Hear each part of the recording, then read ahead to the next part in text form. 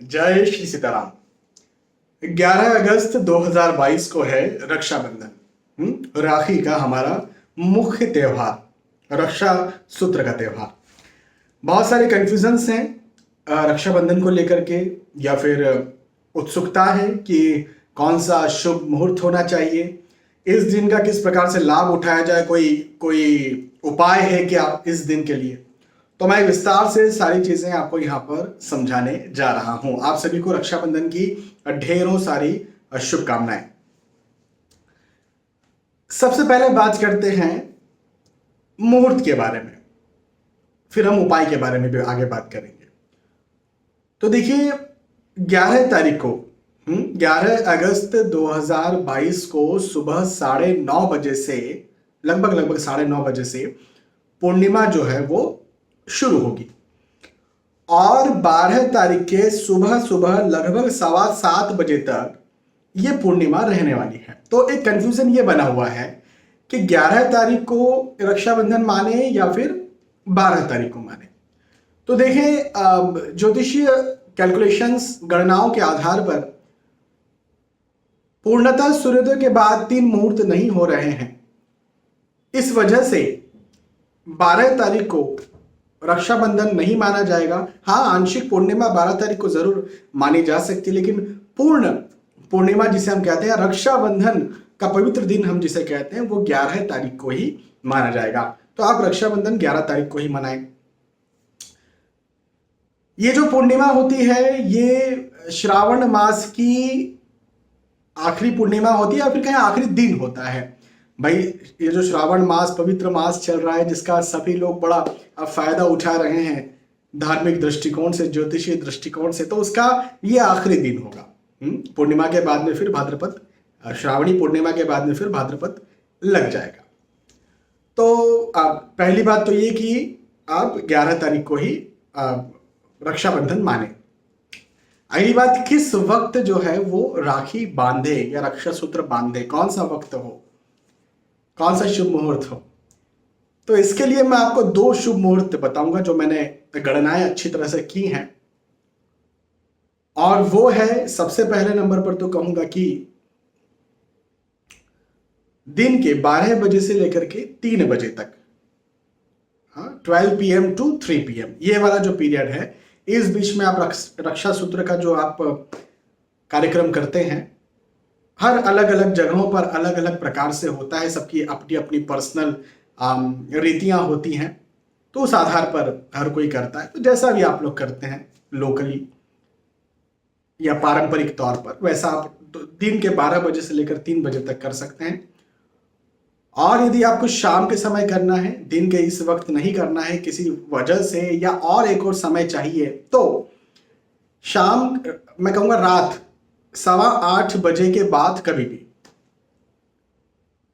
रात के 8:15 बजे चंद्रदेव भी जो हैं अपूर्णतः अपनी कलाएं बिखेर रहे होंगे इस पृथ्वी पर। और पूर्णिमा उसे ही तो कहते हैं जब चंद्रदेव अपनी कलाएं बिखेरे।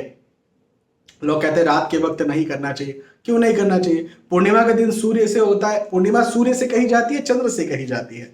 और रक्षाबंधन किस दिन होता है? पूर्णिमा के दिन ही तो होता है ना, श्रावणी पूर्णिमा के दिन। तो जब चंद्र से पूर्णिमा कही जाती है तो चंद्र देवता की उपस्थिति में क्यों नहीं रक्षाबंधन करना चाहिए?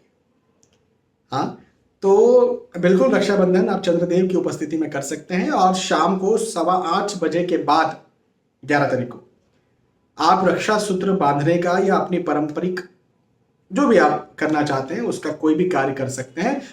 मतलब रात तक, लेट नाइट तक कभी भी आप कर सकते हैं। तो ये तो मैंने आपको शुभ मुहूर्त बता दिया।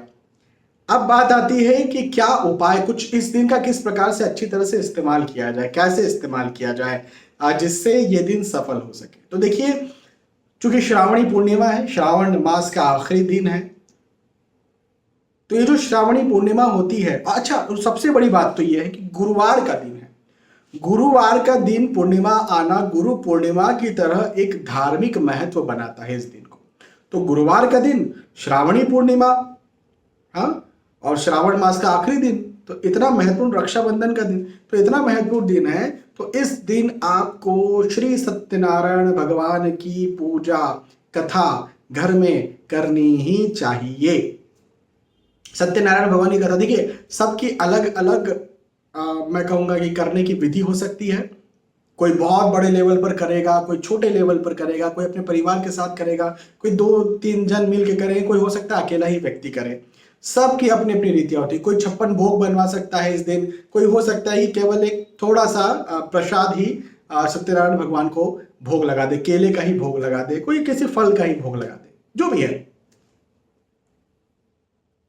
एक बात हमेशा ध्यान रखिएगा, भाव बस से कृपा निधान। आपका भाव जो है भौतिक वस्तुओं के वश प्रभु नहीं है, आपके भाव के वश में है।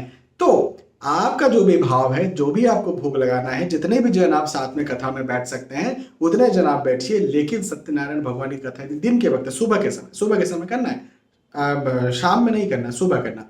दिन दोपहर में भी हो सकता है, लेकिन अधिकतर इसका महत्व जो होगा वो सुबह होगा। सुबह मतलब 9:30 बजे के बाद करिएगा, और 12-1 बजे के पहले पहले कर लें तो इसका ज्यादा महत्व है। उसके बाद फिर 1-2-3 बजे 4 बजे तक भी की जा सकती है, बट मुख्य महत्व जो है वो सुबह 9:30 बजे के बाद। 9:30 बजे के पहले महत्व नहीं है ना, क्योंकि पूर्णिमा रहेगी नहीं 9:30 बजे के बाद।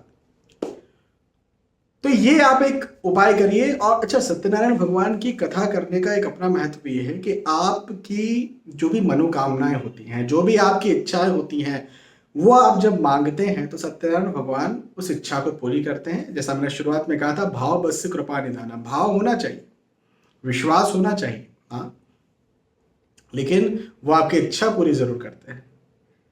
तो पूरे भाव, पूरे विश्वास के साथ इस दिन सत्यनारायण भगवान की कथा करिए। और जैसा जैसा बताया गया, चाहे तो आप पंडित जी को बुला करके कथा कर सकते हैं, नहीं पंडित जी भी आते हैं तो आप खुद भी कथा कर सकते हैं। भाई सत्यनारायण भगवान के आप खुद भी तो बच्चे हैं। पंडित जी को बहुत अच्छी तरह से रीति आती है, बहुत अच्छी तरह से उनको करना आता है, सब व्यवस्था करनी आती है, तो आप चाहें तो बुला सकते हैं। नहीं तो जैसा मैंने कहा, भाव बस से, तो आपकी भावना फिर जिस तरह से है, जिस तरह से आप अच्छा अरेंजमेंट कर सकते हैं, तो अकेले भी किया जा सकता है कथा। लेकिन एक बात जरूर ध्यान रखिएगा, जब भी सत्यनारायण भगवान की कथा करते हैं तो पूरी कथा, पूरी पोथी जो है, पूरी उनका स्टोरी जो है वो तो आप कह लेते हैं, लेकिन उसके बाद में जो प्रसाद होता है उसे बांटना जरूर, जितना ज्यादा आप बांट सकें। अपने घर परिवार में तो बांटे, अड़ोस पड़ोस में जितना ज्यादा आप बांट सकें उतना ज्यादा ये फलदायी आपके लिए होता है। तो ये काम आप करिए और देखिए फिर आपको कितना ज्यादा फायदा मिलता है।